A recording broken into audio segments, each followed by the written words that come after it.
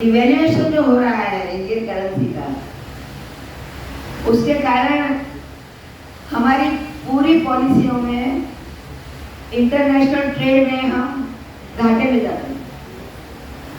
जब देश स्वतंत्र हुआ तब ₹1 का $1 था। 56 में $1 का ₹6 हो गया।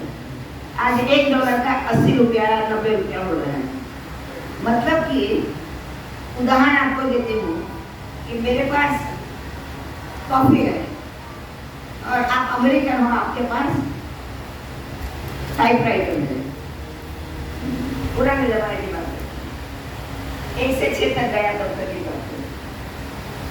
तो जब 1 to 1 था तब एक बैरल कॉफी के बदले मुझे एक टाइपराइटर मिलता था।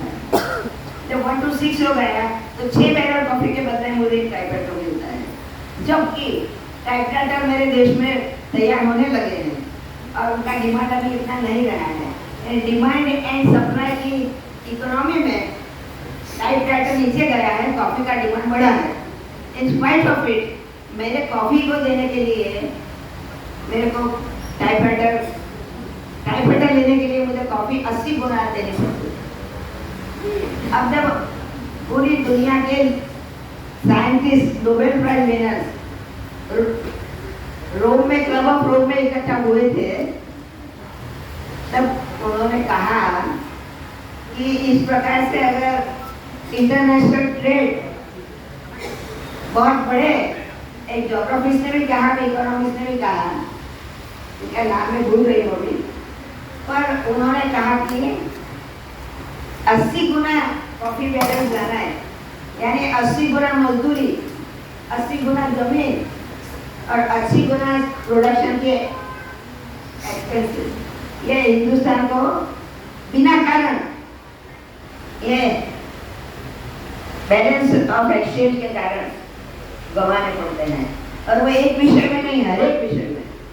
$1 के बदले में ₹80, कितना गुना हम उनको प्रोडक्ट देते हैं, कितना गुना।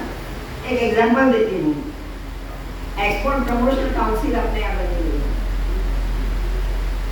एक कोई विदेशी व्यक्ति यहाँ आया और उसने इतना बड़ा कॉन्ट्रैक्ट किया अमेरिका के ट्रेडर्स के साथ कि उसको एक्सपोर्ट प्रमोशन कमीशन के चेयरमैन आकर के नागपुर में उनको आदर किया।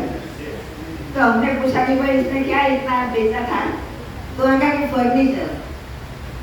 अब मुझे सचमुच में पेट हो जाते इस दिन में, इतने करोड़ रुपए का फर्नीचर अमेरिका में क्या नहीं है क्या वनस्पति, पर यहाँ लेबर सस्ती है और यहाँ जंगल काटने के लिए उन्होंने मशीन दे दिए हैं।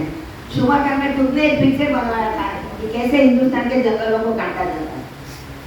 एक आदिवासी अगर जंगल में रहता है तो उसको ₹150 का एक बाम्बू मिलता है और ग्वालियर की पेपर मिल को ₹1.5 में वो बाम्बू मिलता है। ये सब हम नहीं कंसीडर करते हैं। अभी पूछा गया कि सरकार कर सकती है कि नहीं, कौन सी सरकार अच्छी थी, कौन सी बुरी थी। अरे 100 बार डिक्लेयर हो चुका है कि आपकी सरकार आपके वोट्स पर निर्भर नहीं करती। 1.5 महीने पहले डिक्लेयर हो जाता है फ्रांस में कि कौन प्राइम मिनिस्टर बनने वाला है। हिंदुस्तान का प्राइम मिनिस्टर या हिंदुस्तान की कोई भी पार्टी को पार्टी में आने के लिए वहां से कॉन्ट्रैक्ट करने दो। अब गोरक्षा का आप सवाल लो, अब हम बहुत हिंदू बताते हैं।